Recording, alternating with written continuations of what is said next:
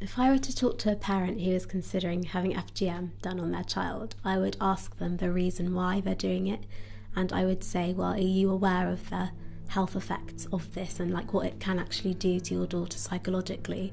And then I'd ask them to kind of recall it to me, and then I'd ask them again, so do you still want to do it? Because hopefully after considering all of those negative effects they'd say no. And that's what we want.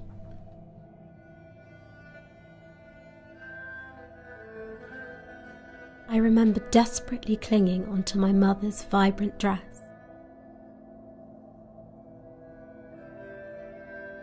Pleading again and again. Nothing has been the same since.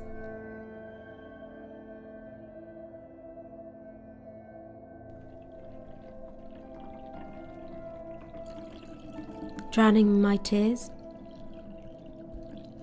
I am a walking chaos. A tsunami.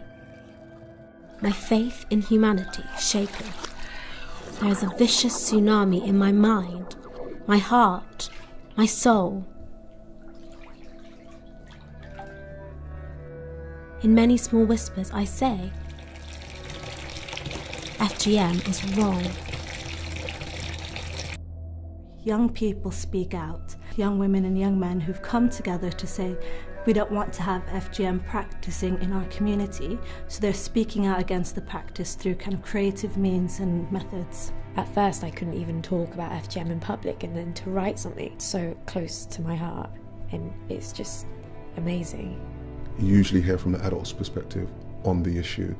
You don't actually hear from young people who are affected by the issue, whether it's personally or through their cultural community, speak on how they feel about something that is really personal to them. And you cling desperately to those comforting curtains that protect you so lovingly from the world that seeks to harm you. You bury your head in the torn cloth and you sob, and you sob, and you sob. You sob until you can barely breathe from the ache in your heart and the pain in your shoulders. You sob for who you used to be, what was done to you, and what you did to your daughters.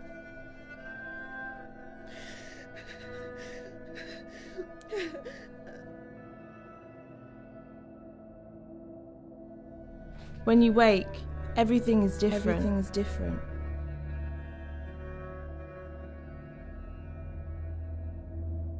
And for those first sweet moments, you think it was a bad dream.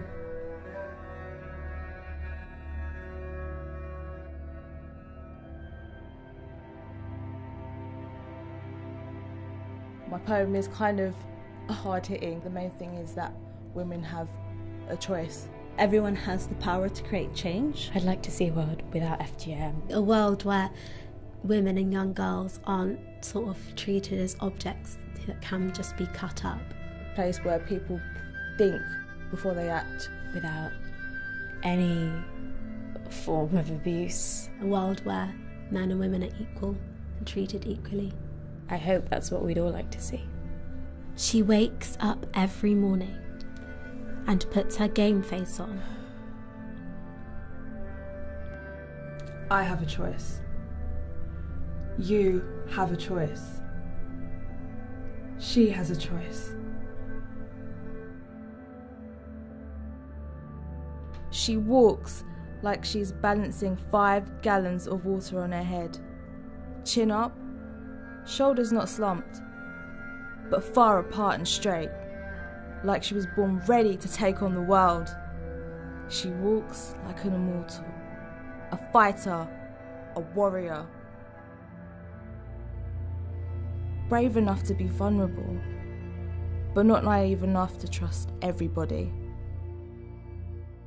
It's just about speaking out when you see something and you feel like this is wrong or this doesn't sit right with me. Get involved in the fight against it. There aren't any health benefits. It's completely unnecessary. Speak out, on Facebook, Twitter, there's really simple ways of just saying this doesn't sound right. Nobody feels like they want to impose their own views on other people, and I completely understand that.